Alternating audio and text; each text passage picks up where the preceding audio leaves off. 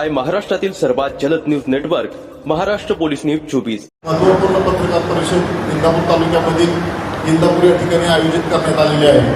पाण्याच्या संदर्भामधील विषय हा अत्यंत भयंकर झालेला आहे। शेतकरी वर्गामध्ये प्रचंड नाराजी आहे। या ठिकाणी पिण्याच्या पाण्याच्या संदर्भामध्ये, शेतीच्या पाण्याच्या संदर्भामध्ये अतिशय तीव्र भावना या ठिकाणी शेतकऱ्यांनी त्या ठिकाणी व्यक्त केलेल्या आहेत। आजच्या या पत्रकार परिषदेमध्ये आपल्या इंदापूर तालुक्याचे नेते प्रदीपदादा गारटकर यांचं या ठिकाणी स्वागत करतो। त्याचप्रमाणे पुणे जिल्हा परिषदेचे माजी बांधकाम व आरोग्य विभागाचे सभापती प्रवीणभाई माने यांचे या ठिकाणी स्वागत करतो। या पत्रकार परिषदेमध्ये मारुती अण्णा वनवे, माऊली काका चौरे आणि सर्वच भारतीय जनता पार्टीचे पदाधिकारी या ठिकाणी आवर्जून उपस्थित राहिलेले आहेत। पत्रकार बांधव या ठिकाणी उपस्थित राहिलेले आहेत। मी या सर्वांचं या ठिकाणी मनापासून स्वागत करतो आणि प्रवीणभाई माने यांना विनंती करतो की त्यांनी पत्रकार परिषदेला संबोधित करावं। सर्वप्रथम भारतीय जनता पार्टीच्या पक्षाच्या विनंतीला मान देऊन आपण सर्वजण पत्रकार बांधव त्या पत्रकार परिषदेला उपस्थित राहिला त्याबद्दल मी सगळ्या पत्रकार बांधवांचं मनपूर्वक असं आभार व्यक्त करतो, धन्यवाद देतो। आणि आज भारतीय जनता पार्टी इंदापूर तालुक्याच्या वतीनं खुलासा करू इच्छितो आम्ही सर्वजण मिळून। खरं तर आपल्या सगळ्यांनाच माहिती आहे या इंदापूर तालुक्यामध्ये अनेक विविध प्रश्न या ठिकाणी निर्माण झालेले आहेत। त्यातील एक शेतकऱ्यांच्या दृष्टीनं एकदम महत्त्वाचा प्रश्न म्हणजे लाईटचा आणि पाण्याचा हा आपल्या तालुक्यामध्ये निर्माण झालेला।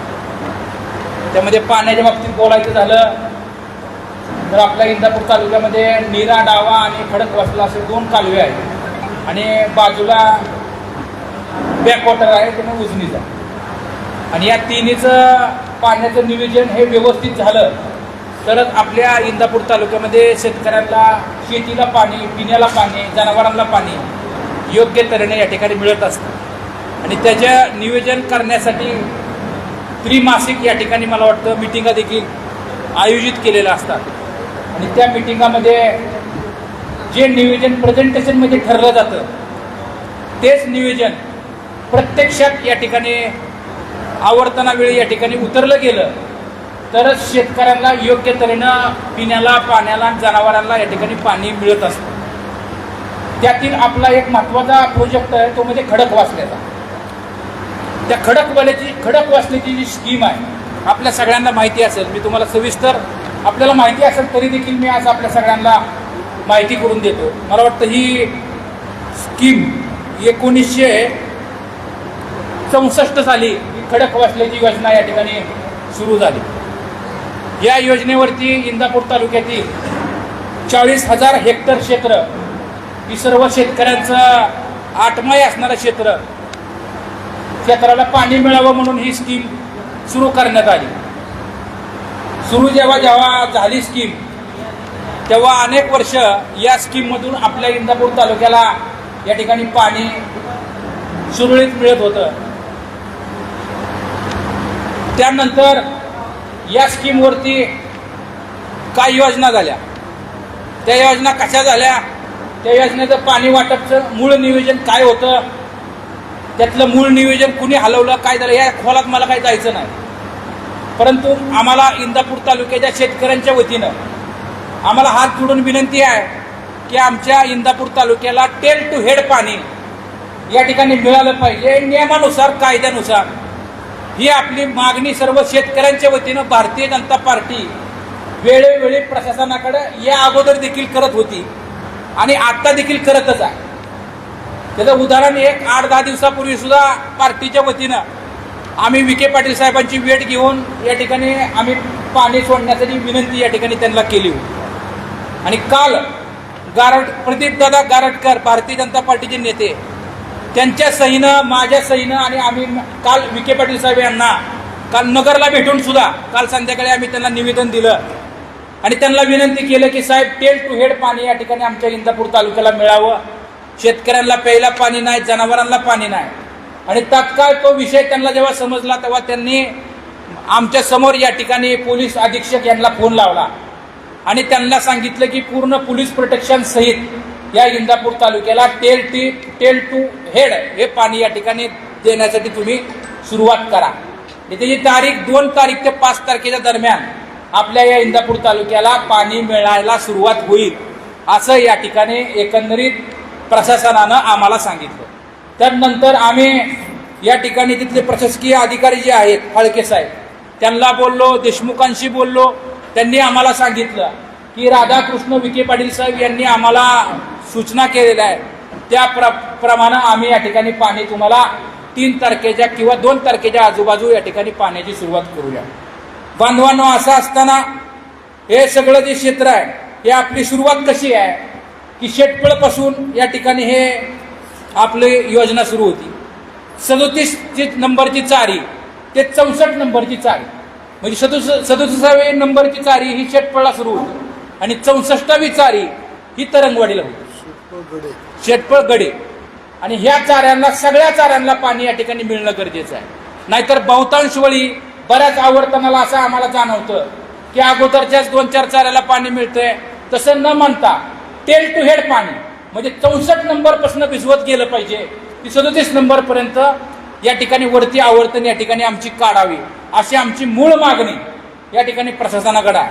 त्या संबंधितली त्यांनी या ठिकाणी दखल घ्यावी अशी देखील आमची या ठिकाणी विनंती आहे.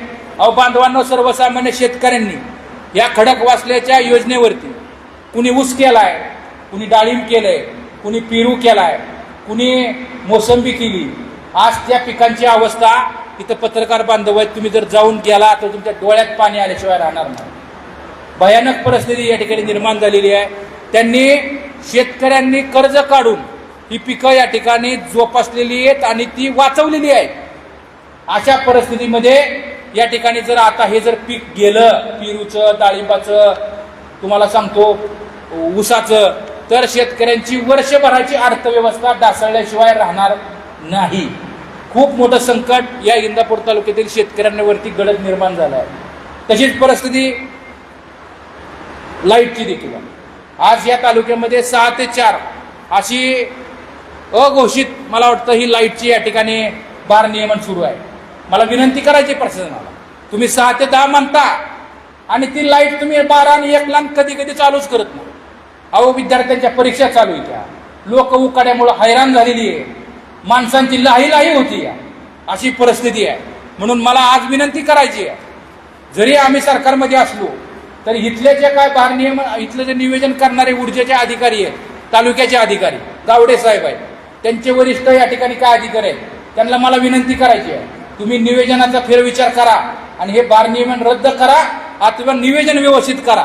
नाही तुम्ही केलं तर आम्हाला सुद्धा नियमानुसार त्यांच्याकडे येऊन विनंती करावं लागेल किंवा कायदेशीर पद्धतीने या ठिकाणी दाद मागवावं लागेल. ते आम्ही करू. राज्याचे मुख्यमंत्री आदरणीय देवेंद्रभाऊ फडणवीस साहेब मुख्यमंत्री आहेत, त्यांच्याकडे दाद मागू, ते सूचना या ठिकाणी देतील. आणि अधिकाऱ्यांचं बी काम आहे, जरी त्यांनी सांगितलं तरी हिथं नियोजन प्रॉपर होणं गरजेचं आहे. 6 ते 10च्या नावाखाली तुम्ही 6-6 तास लाईट बंद करतायला का? 12-12 तास आणि 10-10 तास असं योग्य नाही. आणि मी म्हणत नाही, तुम्ही बघा गावागावामध्ये जाऊन काय परिस्थिती आहे. त्यामुळे ही सुद्धा परिस्थिती या ठिकाणी दुरुस्त होणं गरजेचं आहे. खडकवासल्याचं पाण्याचं नियोजनाचं आवर्तन तुम्हाला माहिती आहे. या योजनेवरती 4 आवर्तन या ठिकाणी पक्की होतात. यामध्ये खरीपचं आवर्तन, रब्बीचं आवर्तन आणि उन्हाळी 2 आवर्तन अशी 4 आवर्तन आहे. या 4ही आवर्तनाला शेतकऱ्यांना नियमानुसार टेल टू हेड पाणी या ठिकाणी मिळालं पाहिजे. आणि हे जर नाही मिळालं तर आगामी काळामध्ये इथून पुढं आम्ही लक्ष त्या ठिकाणी या ठिकाणी घालू आणि शेतकऱ्यांना पाणी मिळवून देण्यासाठी प्रयत्न करू. आम्हाला कोणतंच राजकारण करायचं नाही. आमची मागणी एवढीच आहे की शेतकऱ्यांना पाणी मिळालं पाहिजे. या तुम्हाला सांगतो, अशीच परिस्थिती असताना आज 5 जूनला जर ह्या प्रशासनानं पाणी चालू केलं तर हे पाणी आलं नंतर 2 दिवसांनी बंद झालं, त्याचा उपयोग नाही तोंडाला पाणी पुसून. तुम्हाला सांगतो, हे 5 जूनला जर पाणी आलं किंवा 2 जूनला पाणी आलं तर कमीत कमी 20 जूनला पाणी बंद व्हायला पाहिजे. तर आपल्या तालुक्यातलं पूर्ण जी काय शेतकऱ्यांना पिकासाठी लागणाऱ्या पाण्याची पूर्तता पूर्ण नाही होणार, पण पिकं वाचतील अशी परिस्थिती आहे. नाही तर आलं गेलं असं नाही झालं पाहिजे. आणि आता सुरुवातीला आता सगळं आता मला काय कुठल्या तालुक्यावर कोणाच्या ह्याच्यावर मला काय बोलायचं नाही, पण आपल्या इंदापूर तालुक्याच्या हक्काचं पाणी हे शेतकऱ्यांना या ठिकाणी मिळालं पाहिजे. हे आमच्या भारतीय जनता पार्टीची या ठिकाणी मूळ मागणी या ठिकाणी आहे. त्यामध्ये अनेक त्या योजनेमध्ये अनेक अडचणी बी आहेत. त्या योजनेमध्ये तुम्हाला माहिती आहे, ही योजना 1964 साली सुरू झालेली आहे.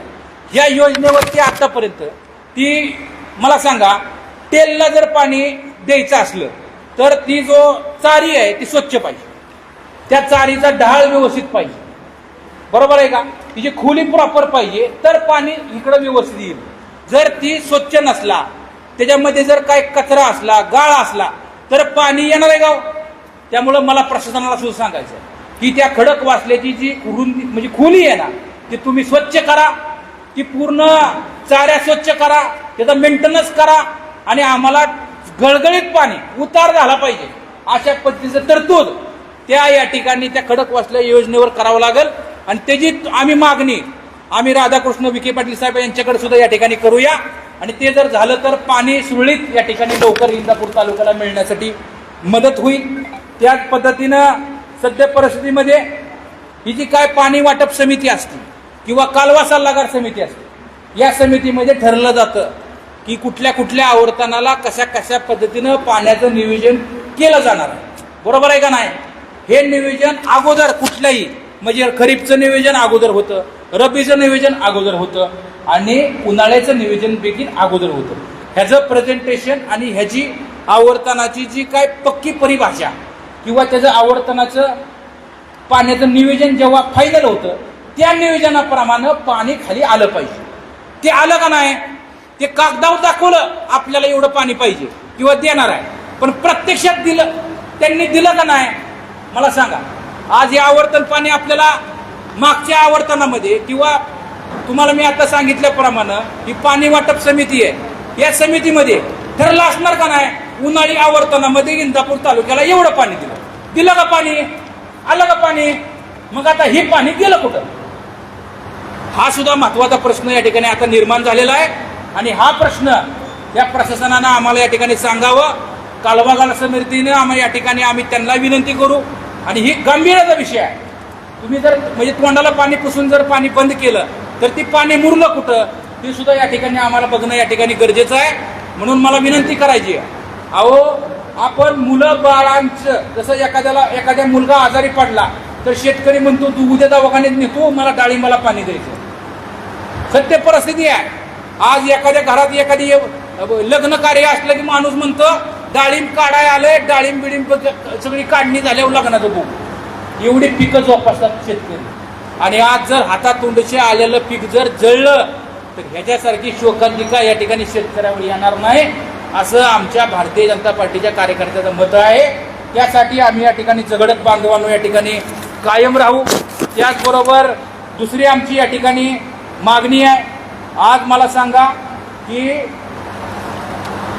जी पाठीमागं एक 8-10 दिवसापूर्वी काय शेतकऱ्यांनी पाणी मिळावं म्हणून रस्ता रोको केला, त्या शेतकऱ्यांवरती गुन्हे या ठिकाणी दाखल केलेले आहेत. तिथल्या कृती समितीला आमची विनंती आहे, आम्ही पाठपुरावा करू. ते गुन्हे मागे घेण्यासाठी भारतीय जनता पार्टी पुढाकार घेईल. आम्ही मुख्यमंत्री महोदय यांना विनंती करू, पोलीस अधीक्षकांना विनंती करू आणि त्यासाठी सुद्धा आम्ही प्रामाणिकपणे या ठिकाणी प्रयत्न बांधवांनो या ठिकाणी निश्चित करू. आणि अधिकाऱ्यांनी जी पाणी वाटपा समितीमध्ये जी पाण्याचं नियोजन केलेलं आहे ते प्रत्यक्षात सगळ्या शेतकऱ्यांना ते पाण्याचं नियोजन सांगावं अशी आमची ठाम मागणी आहे. आणि तिथल्या अशी आमची या ठिकाणी मागणी आहे.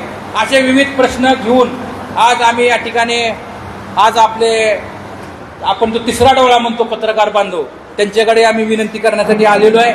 तशीच परिस्थिती नीरा नदीची आहे. आपल्या नीरा नदीवरती काही बंधारे आहेत, त्या बंधाऱ्यांची नादुरुस्ती असल्यामुळं पाणी सगळं खाली वाहून गेलेलं आहे. पक्षाला पाणी नाही अशी परिस्थिती नीरा नदीची निर्माण झाली आहे. तिथं सुद्धा ढापे दरवाजे किंवा त्या दुरुस्तीची मागणी येणाऱ्या बजेटमध्ये किंवा येणाऱ्या नियोजनामध्ये करावा अशी मागणी आम्ही भारतीय जनता पार्टीच्या वतीनं या ठिकाणी राधाकृष्ण विखे पाटील साहेब यांच्याकडे या ठिकाणी करणार आहोत. त्याचबरोबर उजनीचा सुद्धा पाणी साठा आज मायनसमध्ये गेलेला आहे. त्यामध्ये मायनसमध्ये गेल्यामुळं पाणी सगळं खाली सोडून दिलं. इथले जी प्रकल्प ज्या लोकांनी घरदारं मोडून ही उजनी प्रकल्प या ठिकाणी उभा केला त्या लोकांनी काय करायचं? आज त्यांनी या ठिकाणी त्यांचं घरदार मोडून पुनर्वसित झाली, त्या लोकांनाच आज पाणी उरणार नाही अशी परिस्थिती या ठिकाणी निर्माण झालेली आहे. त्यामुळं त्या सुद्धा पाण्याचं नियोजन उजनीचं सुद्धा व्यवस्थित व्हावं यासाठी आम्ही या ठिकाणी पाठपुरावा करणार आहोत. मध्यंतरीच्या काळामध्ये देशाचे मंत्री या ठिकाणी रोडचे खात्याचे नितीनजी गडकरी साहेब यांनी देखील आपल्या इंदापूर तालुक्याच्या पालखी महामार्गाचा या ठिकाणी पाहणी केलेली आहे. आपल्याला माहिती आहे आदरणीय भारतीय जनता पार्टीच्या वतीनं आदरणीय नितीनजी गडकरी साहेब असतील किंवा लाडके मुख्यमंत्री आदरणीय देवेंद्रभाऊ फडणवीस साहेब असतील यांच्याच माध्यमातून पालखी महामार्ग या ठिकाणी संपन्न झाला, पूर्ण होता आला. परंतु इथल्या कॉन्ट्रॅक्टरच्या उदासीनतेमुळं प्रशासनामुळं आपला काटेवाडीपासून ते इंदापूरपर्यंत प्रकल्प रखडला. तिथं अनेक लोक अपघातामध्ये या ठिकाणी मृत्युमुखी पडले. काही लोक कायमस्वरूपी त्यांचं अपंगत्व आलं. काही लोक झटकून कपडे झटकून या ठिकाणी मोटरसायकलवर पुढे निघून गेली. पण बाकी त्यांचं काय करायचं अशी परिस्थिती जेव्हा निर्माण झाली तेव्हा आम्ही पार्टीच्या वतीनं गडकरी साहेबांना सुद्धा विनंती केली होती. त्यांनी ती विनंती मान्य करून त्याच्या प्रोजेक्टची पाहणी केली आणि त्यांनी सांगितले की आम्ही लवकरात लवकर हा सुद्धा प्रोजेक्ट पूर्ण करून या ठिकाणी देऊ असं या ठिकाणी आदरणीय गडकरी साहेबांनी आपल्या सगळ्यांना या ठिकाणी सांगितलेलं आहे. आणि राज्याचे लोकप्रिय मुख्यमंत्री आदरणीय देवाभाऊ फडणवीस साहेब यांच्या माध्यमातून अनेक चांगल्या योजना या महाराष्ट्र राज्यामध्ये या ठिकाणी सुरू आहेत. आणि काय हो का अडचणी येत असतात, मी म्हणत नाही अडचणी येणारच नाही, आल्या अडचणी तर त्या लोकांच्या पाठीमागं उभं राहण्याची जबाबदारी आम्ही 100% या ठिकाणी घेऊ, कुणालाही वाऱ्या सोडणार नाही अशा प्रकारचं सुद्धा वचन आजच्या या आमच्या भारतीय जनता पार्टीच्या मिटिंगमधून आपल्या सगळ्यांना या ठिकाणी देतो. आज या पाण्याचा प्रश्न झाला, आम्ही काल विखे पाटील साहेबांना या ठिकाणी भेटलेलो आहे, निवेदन दिलंय, त्याचा फोटो सुद्धा गारटकरांनी सही केली होती, आम्ही सगळ्यांनी मिळून ती दिलं. त्याचा फोटो सुद्धा मी तुम्हाला आता थोड्या वेळाने या ठिकाणी देतो. रात्रीच जाणार होतो पण होतं काय 4च पत्रकारांना मिळाला, 2ला नाही मिळाला, परत लोक नाराज. त्यापेक्षा देवाभाऊ बरोबर का आपल्या सगळ्यांना एकत्रित म्हणलं पत्रकार परिषद घेऊन या ठिकाणी सगळ्याची माहिती या ठिकाणी देऊया. प्रश्न अडचणी अनेक आहेत परंतु त्या अडचणी येणाऱ्या काळामध्ये सोडवण्याचं काम देशामध्ये जसं भारतीय जनता पार्टी करते तसंच पद्धतीचं राज्यामध्ये या ठिकाणी करते, तशी तालुक्यामध्ये सुद्धा अनेक लोकांना ज्या काही समस्या येतात त्या समस्येसाठी आम्ही या ठिकाणी ठामपणे उभं राहू अशा प्रकारचं वचन आजच्या कार्यक्रमाच्या निमित्तानं आपल्या सगळ्यांना देतो आणि माझे 2 शब्द संपवतो. आपण सर्वजण पत्रकार बांधव आवर्जून उपस्थित राहिला त्याबद्दल आभार देखील या ठिकाणी मानतो आणि माझे 2 शब्द संपवतो. धन्यवाद. यानंतर गारटकर बोलतील. आपण प्रवीण भाई यांनी सर्व विषय सविस्तर मांडलेला आहे, मी रिपिटेशन करत नाही. की परवा मागच्या 2-3 दिवसापूर्वी एक आंदोलन झालं, मी तुमच्या माध्यमातून पाहिलं. त्या आंदोलनामध्ये आदिवासी मंत्री रस्त्यावरती उभे आणि अधिकाऱ्यांना फायदा घेऊन बोलत होते. मला या ठिकाणी एवढंच सांगायचं की ते रस्त्यावरती दाखवण्याची गरज काय, जे काम कालवा समितीमध्ये तुम्ही दोघंही आहे आणि राज्य सरकार म्हणजे साक्षात सरकार आहे, तुम्ही मंत्री म्हणजे तुम्ही सरकार आहे. जिथं मंत्रालयात बसून हे काम करायचं सोडून रस्त्यावरती येऊन अधिकाऱ्यांना हे कशाला, हे दाखवायचं आहे कोणाला, समजला? ही नौटंकी कशासाठी? जेव्हा करायचं काम, जेव्हा विषय इथं मांडायचा आहे प्रखरपणाने, तेव्हा पाठ फिरवायचे. आणि पाणी या विषयावरती जे तुम्ही सगळेजण आता जे आहेत ते पत्रकार सुद्धा तुम्ही ऐकलं म्हणजे होता का नाही, 95, 93, 94 सालची गोष्ट अजून तुम्हाला परत परत तीच रिपीट करावी लागते, मला नाईलाज आहे. कारण त्याच विषयाशी हा पुढे विषय येतोय. जेव्हा आम्ही एक संघर्ष उभा केला होता, एक स्वप्न बघितलं होतं की उजनीतनं पाणी उचलायचं आणि ह्या तालुक्यामध्ये शेतपागडे इथं खडकवासल्याचा कॅनल येतो, त्या कॅनलमध्ये पाणी टाकायचं. अवघी 84 कोटीची त्या काळातली योजना होती. सरकार आलं होतं 95 साली भारतीय जनता पार्टीचं आणि सरकारमध्ये शिवणकर साहेब पाटबंधारे मंत्री होते. त्यांच्यासोबत कृष्णा खोरे विकास महामंडळ निर्माण झाली पहिली बैठक होती. आणि त्या बैठकीनंतर जी मिटिंग झाली त्या मिटिंगमध्ये या असलेल्या योजनेला मंजुरी मिळाली. काय योजना होती? तिथून पाणी उचलायचं, खडकवासल्यात टाकायचं आणि तो निराडावा कालवा आणि संसदचा खडकवासला कालवा, संसदच्या जोड कालव्याने जोडलेला आहे. काही वेळेला तो जोडला होता. त्यामुळं तिकडचं पाणी इकडे येतं, इकडचं पाणी तिकडे जातं. मग खडकवासल्याचं पाणी निराडावा कालव्यात जात होतं आणि थेट खाली इंदापूरपर्यंत येत होतं. दोन्ही कॅनलवरच्या 65 गावातला शेतीचा पाण्याचा प्रश्न कायमचा मिटत होता. त्यावेळेला पाणी शिल्लक होतं का? हो, होतं. पैसे होते का गव्हर्नमेंटकडं? होते. त्यांची प्रशासनाची मान्यता होती का? 100% होती. राजकीय दृष्ट्या कुठली अडचण होती का? अजिबात नव्हती. त्यावेळच्या भाजप शिवसेनेच्या सरकारला ती योजना करण्यासाठी त्यांनी मान्य केलं. त्याच ती योजनेचा मीटिंगमध्ये विषय मांडल्यानंतर ती योजना मान्य झाली. त्या योजनेची घोषणा इंदापूर तालुक्यात करायची याच्यासाठी रणकंदन झालं. आणि मग माझ्यासारख्या कार्यकर्त्याचं म्हणजे माझा राग तुम्हाला समजणारच नाही. मी जे काही अस्वस्थ होऊन जे काही टोकाची भूमिका घेऊन जे बोलतो ते मी आधी केलंय म्हणून बोलतो, मोकार बोलत नाही. हे सगळं करताना तो सगळा तो जो भाग आहे लाकडी निंबोणीचा परिसर, लाकडी निंबोणी तालुक्यालाच माहीत नव्हती. त्या आंदोलनामुळे माहिती झाली. त्या लाकडी निंबोणीच्या परिसरात पाणी आणल्यानंतर ते कसं दिलं जाईल हे सगळ्या विषयाचा अभ्यास त्यावेळच्या प्रशासनातल्या जबाबदार अधिकाऱ्यांना हाताशी धरून आम्ही केलेला.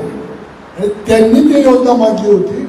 कमी वेळेत कमी खर्चात कुठलीही अडचण नसताना ती जर योजना झाली असती आज पाणी या विषयावरती इंदापूर तालुक्याला आंदोलन करण्याची गरज भासली नसती. नीट लक्षात घ्या. सगळ्या गोष्टी तुम्ही आम्ही समाज राजकारणापाशी आणून ठेवतो. आज खडकवासल्याचं पाणी जे काही येणार होतं कॅनलनी ते आम्ही त्यावेळेला म्हणलं होतं की ते तोडा आणि जे उजनीत पाणी जे वाहून येतं वरनं जे वाहून येतं जेवढं TMC पाणी इंदापूर तालुक्याच्या शेतकऱ्यांना द्यायला लागतंय निराडावा कालव्यात आणि खडकवासला कालव्यात हे पाणी पावसाळ्यामध्ये जे पाणी वाहून येतं ते उजनीतलं पाणी आम्ही साठवलंय. ते आम्हाला उचलून देण्याची फक्त परवानगी द्या. काय अडचण होती? हे आम्ही खडकवासल्याचं पाणी पण घेणार, निराडाव्याचंही घेणार आणि उजनीतलंही घेणार असं नव्हतं. त्या 2 कॅनलचं पाणी तोडायचं आणि तिकडनं उजनीतलं पाणी कायमचं घ्यायचं असा तो विषय होता. जर तो झाला असता आज तागायत आपल्याला कधी पाण्याची अडचण आली नसती. या तालुक्यातल्या जनतेचं दुर्दैव आहे. गारटकरचं नाही. त्याही काळात गारटकरची व्यक्तिगत शेती हे 7 किलोमीटर सार्वजनिक पाणी आणून आम्ही शेती करत होतो. 1 गुंठा आमचं भिजायचं नव्हतं. भिजणार होतं इंदापूर तालुक्यातल्या 5 गावातल्या गोरगरीब शेतकऱ्यांचं. हेच जे सगळे आहेत लोक ही आडवी पडली आणि ज्या पद्धतीनं आज जी परिस्थिती उद्भवली मला खूप लोकांचे फोन आले की तुम्ही यात लक्ष घाला.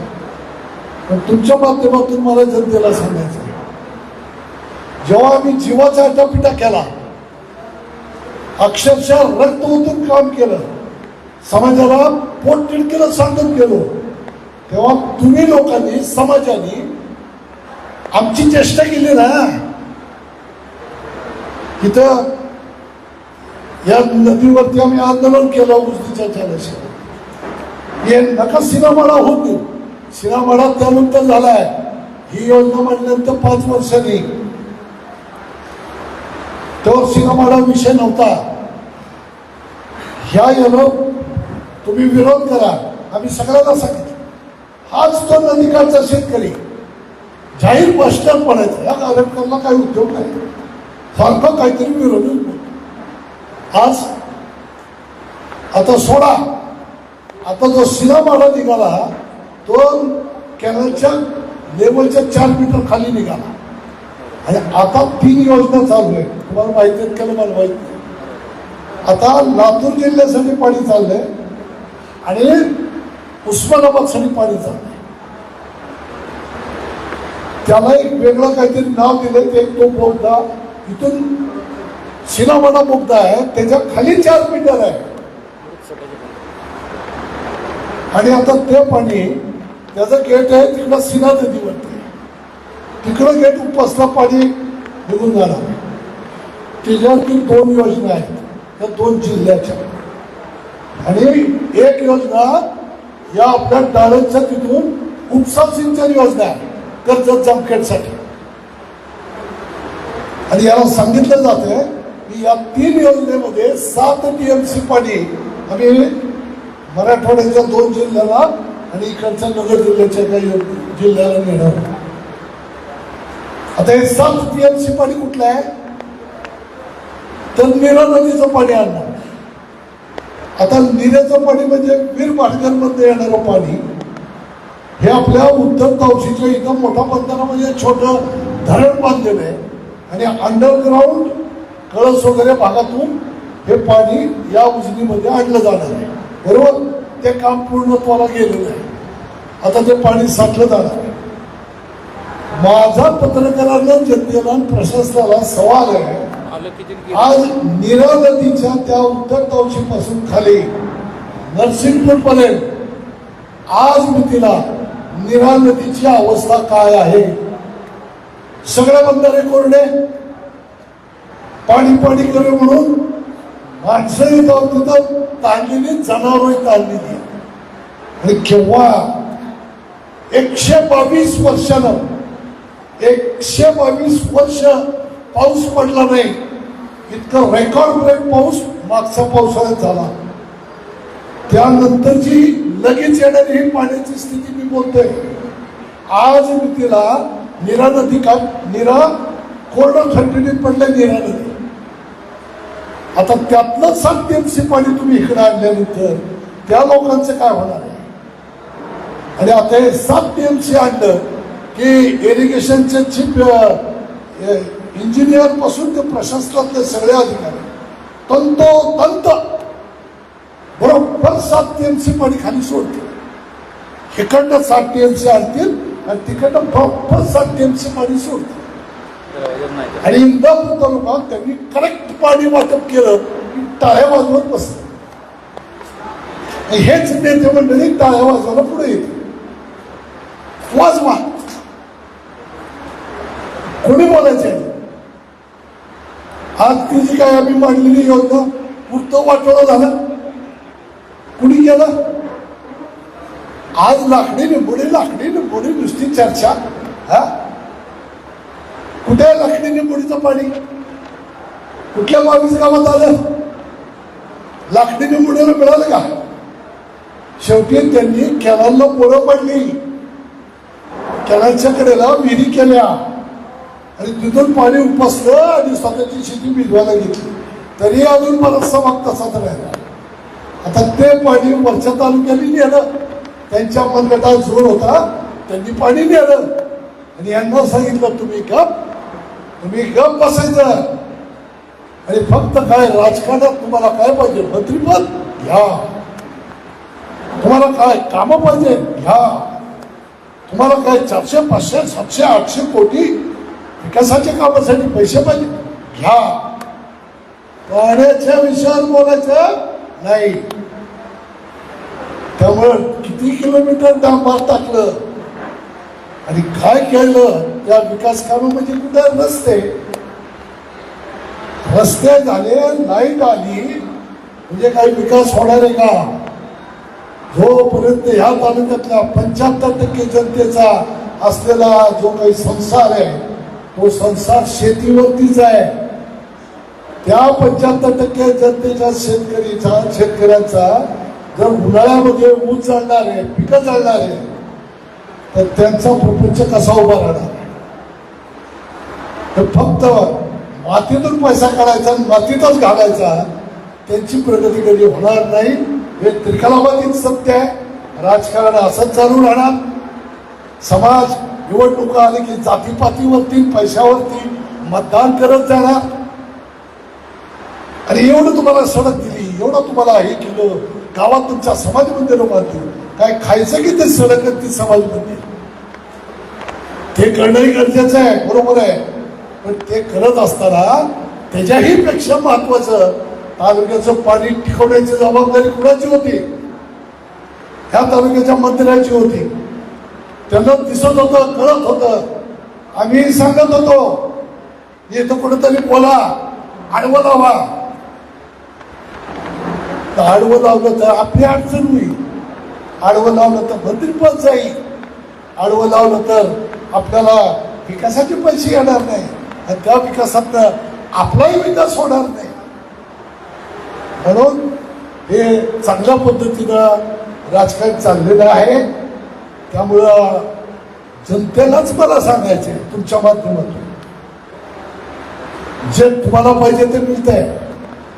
तुम्हाला निवडणूक आली पैसा मिळतो, तुम्हाला तुमच्या जातीचा मनुष्य मोठा करता येतो. जात निवडून आल्यानंतर त्या जातीसाठी काय करते ते आता आम्ही खडकवासल्यावरती बघतोय, नीरा नदीवरती बघतोय. या तालुक्यातल्या म्हणजे उजनीचं महाकाय पाणी पसरलं असताना सुद्धा शेतकऱ्यांच्या असलेल्या प्रश्नावरती काय लोकांचं लक्ष आहे हे आम्ही बघतोय. उत्तम पद्धतीनं कारखाने चाललेले आहेत. प्रचंड पैसा त्या कारखान्यात लोकांना बिलांना मिळतो आहे. त्यामुळं जनतेला मला सांगायचंय, तुम्हाला जात पाहिजे, तुम्हाला पैसा पाहिजे, तर ते उत्कृष्ट पद्धतीनं रिटर्न्स तुम्हाला ते मिळतात, ते उत्तम पद्धतीनं घ्या आणि आम्हाला नुसता संघर्ष करायला लावा. आम्ही संघर्ष जर आम्हाला जर सत्तेत बसवलं असतं तर ही परिस्थिती तुमच्यावरती आणली नसती, येऊन दिली नसती. जीवाचं रान केलं असतं, कोणाशीही वाकडं घेतलं असतं. कितीही मोठं राजकारण असो त्याच्याशी वाकडं घेतलं असतं, पण तुमच्या पाण्याचं रक्षण आम्ही केलंच असतं. आज तुम्हाला भोगायचं आलंय, तुमच्यामुळं आम्हालाही भोगायचं आलंय. त्यामुळं ह्या सगळ्या गोष्टी आज तुमच्या प्रसारमाध्यमाच्या माध्यमातून समोर मांडल्या. यात काही एक चुकीचं नाही, एकही गोष्ट अवास्तव बोललेलो नाही. जे पण सत्य आहे ते सत्य कटू असतं, ते कटू सत्य पचवणं अवघड असतं. त्यामुळे माझ्या या बोलण्याचा राग येईल, जनतेला पण येऊ द्या. पण तुम्ही जे राजकारण करायला प्रवृत्त करता, आज मताला 1000, 2000, 5000 ह्याच्यावरती जे काही तुमचं राजकारण चाललंय ते पैसे आता शिर्कीत पडले असतील ते काढा. मताच्या वेळेला शिर्कीत ठेवलेले पैसे काढा आणि आता हे पडणारा खड्डा भरून काढा. आणि हे कुणीतरी सत्य बोललं पाहिजे आणि हे सत्य बोलण्याची क्षमता माझी आहे, कारण मी हे करून दाखवलेलं आहे, हे मी केलेलं आहे. हे आम्ही केलेलं आहे. हे पाणी आणण्याचं स्वप्न आम्ही बाळगलेलं आहे. आणि नुसतं स्वप्न बाळगलेलं नाही, त्यासाठी जी धडपड आहे ती धडपड 18 वर्ष केलेली आहे. हे सगळ्या तालुक्याच्या जनतेला माहिती आहे. या अलीकडच्या पोरांना माहित नसेल, लहान होती पोरं ती. आज जी राजकारणात सगळी पुढे उभी राहिली ही लहान होती. हे जेव्हा आम्ही केले ते 93 पासूनचे आंदोलन आज अनेक लोकांना माहिती आहे. त्यामुळं पाणी या विषयावरती आमच्यावरती कोणी बोलू शकणार नाही. तेवढा अधिकाराने या ठिकाणी मी बोलू शकतो, एवढं कोणी बोलू शकणार नाही. ज्या त्यावेळेला जनतेला जागरूक करण्याचं काम आम्ही केलं, तुम्ही जाऊन राहिला आणि त्यामुळे आजची परिस्थिती आहे. या उजनी घाटला सुद्धा येणाऱ्या काळात ही परिस्थिती येते का नाही बघा. येणार आहे हे तुम्हाला बघावं लागणार आहे. म्हणून तुमच्या सगळ्यांच्या माध्यमातून या जनतेला मला सांगायचं की जेव्हा अभ्यासानं एखाद्या गोष्टी पुढे येते, जो एखादा कार्यकर्ता तळमळीनं मांडतो, त्यावेळेला त्याचं हसू करायचं, त्याची टिंगल करायची, त्याला जातीवर हिरवायचं. हे आता बस करा. पुढाऱ्यांचं काही कमी होत नाही. ह्या खडक असल्यावरती जे पुढारी आहेत ना, कळसाचे पुढारी हे ते अनेक उद्योग आहेत, कॉन्ट्रॅक्टर बोलवलेत त्यांना काही फरक पडत नाही. 2 नाही 10 वर्ष पाणी नाही आलं तरी तुमचं बघा, कळलं का? तुमचं बघा. त्यामुळं पुढाऱ्यांचं काही इथं कमी होत नाही, सामान्य जनतेचं नुकसान होणार आहे. आणि ह्यासाठी म्हणून आम्ही त्यावेळेला ओढत होतो. आता काय बोंबलता? आता तुम्ही म्हणणार तुम्ही भारतीय जनता पार्टीत आहे, आम्हाला फोन येत होते तुम्ही भारतीय जनता पार्टीत आहे, त्यात किती वजन देतो बोलतो. आता काय हातात राहिलं? आता त्या धान्याला भोका पडायची ती पडली, पाडायला तुम्ही, निस्तारायला आम्ही.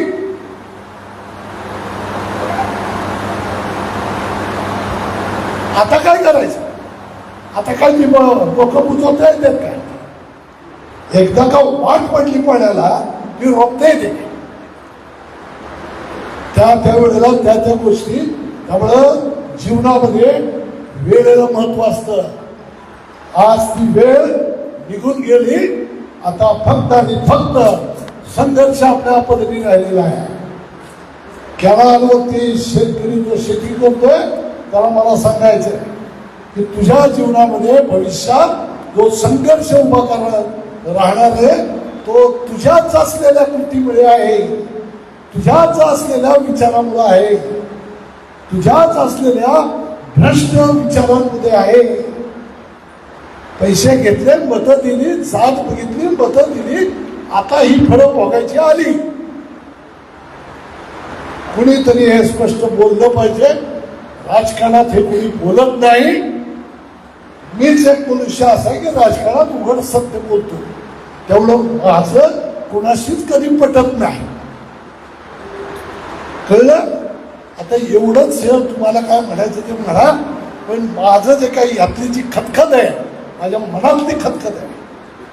मी या तालुक्यात जन्माला, ह्याच तालुक्याने मला मोठं केलं. माझं कुटुंब माझं राजकारणात नव्हतं. त्या काळामध्ये काँग्रेस आहे का काँग्रेस होतं, काँग्रेसला विरोधी कोण नव्हतं. त्या काळात मी काम करत होतो. समाजाने मला पुढं नेलं. 40,000 मतं 95 साली दिली आणि त्यातनं माझं राजकारण पुढं चालू झालं. माझ्या राजकारणात मला मोठं ह्या तालुक्याने केलं, ह्या तालुक्यातल्या जनतेने केलं. म्हणून ह्या तालुक्यातल्या जनतेसाठी मी पराकोटीचे प्रयत्न केले, पराकोटीचे प्रयत्न केले. पण तालुक्यातल्या जनतेने साथ दिली नाही. आणि त्यातनं आज वाटोळं होतं म्हणून त्याचं दुःख त्या लोकांना जेवढं नाही तेवढं मला आहे. कारण मी ते शब्द बघितलं होतं की माझ्या तालुक्याने जर हे 65 गावातल्या शेतकऱ्याचं जर कल्याण झालं असतं तर त्याच्यासारखा आनंद माझ्या इतका कुणाला झाला नसता. हे मी शब्द बघितलं होतं आणि समाजाला दाखवलं होतं.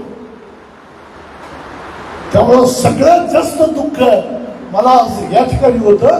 पण आता पुढच्या सगळ्या गोष्टी मला दिसत आहेत. आज आता काही आम्हाला करता येत नाही. एक निवेदन देणं आणि आत्ताच्या असलेल्या आमच्या सरकारच्या नेत्यांच्या हातापाया पडणं, ह्याच्या पलीकडं इंदापूर तालुक्यातल्या जनतेनं आमच्या हातामध्ये काहीही ठेवलेलं नाही.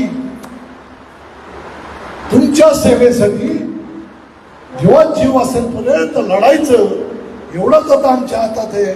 तर तुमच्यासाठी म्हणून आम्ही हे सगळं करणार. तालुक्यातल्या राज्यातल्या नेत्यांच्या पाया पडणार, जिल्ह्यातल्या अधिकाऱ्यांच्या पाया पडणार आणि ते आम्हाला जे सांगणार ते आम्ही तुम्हाला येऊन सांगणार. ह्या पलीकडे आता काही शिल्लक उरलेलं नाही. त्यामुळे ही खोटी नौटंकी करू नका. आजी माझी मात्र मला सांगायचे, दोघंही तुम्ही त्यामध्ये दोषी आहात. तालुक्याचा आमदार झाला, मंत्री झाला, तुमचं ह्या तालुक्याची प्रॉपर्टी याचं रक्षण करणं ही जबाबदारी तुमची होती. केलं रक्षण तुम्ही? सगळ्यात मोठी प्रॉपर्टी पाणी आहे. ह्या पाण्याचं रक्षण करण्याची जबाबदारी तुमची असताना तुम्ही फक्त राजकारण केलं आणि रक्षण करण्याचं सोडून तुम्ही जनतेची दिशाभूल करत गेला आणि अजूनही दिशाभूल करताय. रस्त्यावर येऊन नाटक करताय. येणाऱ्या काळामध्ये माझ्यासारखा कार्यकर्ता ही तुमची 9% चालू देणार नाही. मीरा नदीचा प्रश्न पडलाय, इथला प्रश्न पडलाय, सगळीकडचे विषय होते. रस्त्याच्या विषयावरती पुढच्या मध्ये मीटिंग मध्ये सांगेल, त्या पालखी मार्गाच्या विषयावरती. पण हे सगळं जे आहे हे उघड सत्य तुमच्या समोर काढलंय. मला ह्याच्यापेक्षा जास्त पाणी या विषयावरती काही बोलायचं नाही. ऊसाचं बिल आहे, अजून अनेक लोकांना ऊसाचं बिल मिळालं नाही, ते वाहतुकीचे बिल मिळालेलं नाही, कारखाने दुसऱ्याकडे दिले. ती जबाबदारी कुणाची आहे? की ज्याच्याकडे दिले त्याच्याकडे आता पळायचं का आम्ही? ही ऊसाची बिलं लवकर दिली पाहिजे. आणि हे सगळे सिरियस विषय आहे आणि समाज अत्यंत या गोष्टीकडे दुर्लक्ष करतो. त्याला काही घेणं नाही. उद्या त्याला आम्ही म्हणलं ना चला आंदोलनाला, आम्ही ते फक्त 10 लोक ते म्हणणार ऊनच नाही, भिजायचंय त्यांचं, अपजायचं आम्ही. आणि मोर्चात आंदोलनात तर ह्यो मामा बघल, तो दादा बघल, तो भाऊ बघल, मग आपलं कसं काय व्हायचं? हे गांभीर्यपूर्वक नीट लक्षात घ्या. एवढा आंदोलन करायला रोज आंदोलन करू आम्ही. आमचा जन्म जनतेसाठी आहे. आमचं आयुष्यात आम्ही आजपर्यंत तालुक्यासाठी या ठिकाणी वाहून टाकलेलं आहे. 45 वर्ष संघर्षात संघर्ष या तालुक्यातल्या प्रत्येक प्रश्नावरती केलेला आहे. त्यामुळे मला आपल्या सगळ्या लोकांना सांगायचंय की संघर्षाला आम्ही घाबरत नाही. आजही संघर्ष करू, स्वकीयांच्या विरोधात करू. त्याही वेळेला स्वकीयांच्या विरोधातच संघर्ष करत होतो. माहिती करता सांगतो, मुख्यमंत्री मनोहर जोशी होते, इंदापूर नगरपालिकेचा प्रश्न होता आणि त्यावेळेचं ते राजकारण होत होतं. तर त्या मंत्रालयाच्या पोस्टमध्ये 2 पोरं जशी भांडतात ना, तसा हा कारटकर त्या मनोहर जोशीशी भांडला होता. आजही जाऊन विचारा, त्यावेळेची त्या पोलीस आणि प्रशासनातली लोक त्यांना ओढत होती, मला एकीकडे ओढत होती. म्हणजे मंत्रालयाच्या पोस्टमध्ये तालुक्याच्या गावाच्या प्रश्नासाठी मुख्यमंत्र्यांशी भांडण, आराखड्याचं भांडण करणारा मी कार्यकर्ता आहे. त्यावेळेला ते म्हणत होते मनोहर जोशी मुंडे, तुला काय पाहिजे ते माग ना. मुंबईत 10% मध्ये फ्लॅट, पुण्यात 10% मध्ये फ्लॅट, तुला कुठलं काम थांब माग ना. कशाला भांडण खेळतोय? आम्ही झटलो तालुक्यासाठी आणि तालुक्याने केली आमची माती. त्यामुळं तुमच्या सगळ्याच्या मनात जे आहे ना, ते तुमच्यापेक्षा सगळ्यांच्या पेक्षा वेगळा राग माझ्या मनामध्ये आहे. आणि गट गिळून हे सुद्धा मी बघतोय. समाज कसा चाललाय, कसा नेता नसतोय, काय काय करतोय, हे सगळं राजकारण मी उड्या डोळ्याने बघतोय. तरी मी माझा अहंकार कुठं दाखवला नाही, राग कुठं दाखवलेला नाही, गप्प बसलोय. त्यामुळे उद्याच्या या पाण्याच्या विषयावरती जर कुठल्या तालुक्यातल्या जनतेला असं वाटत असेल या आम्ही काय करायचं, तर आक्रमक पद्धतीनं आंदोलन करायचं असेल तर मी येईल, नाहीतर मी येणार नाही. 9% त्या नेत्यांना घेऊन तुमची 9% चालू द्या, आम्हाला बोलवू नका. टोकाच्या भूमिका घ्यायची असेल तर आम्ही येऊ, नाहीतर नाही. पण आज आम्ही टोकाची भूमिका घेतली काय आणि हे रस्त्यावर पिऊन नाचले काय, त्याने आता काही परिस्थितीत फरक पडणार नाही. दुसरा प्रयत्न काहीतरी आता शोधा, कुठून तरी दुसरीकडनं पाणी आणा. एवढंच आता राहिले. वस्तुस्थिती तुमच्या समोर मांडली. तुम्हाला योग्य वाटत असेल तर तुम्ही त्याचा विचार करा. एवढंच या निमित्तानं तालुक्यातल्या जनतेला मला सांगायचं. थांबतो. धन्यवाद. जय हिंद, जय महाराष्ट्र.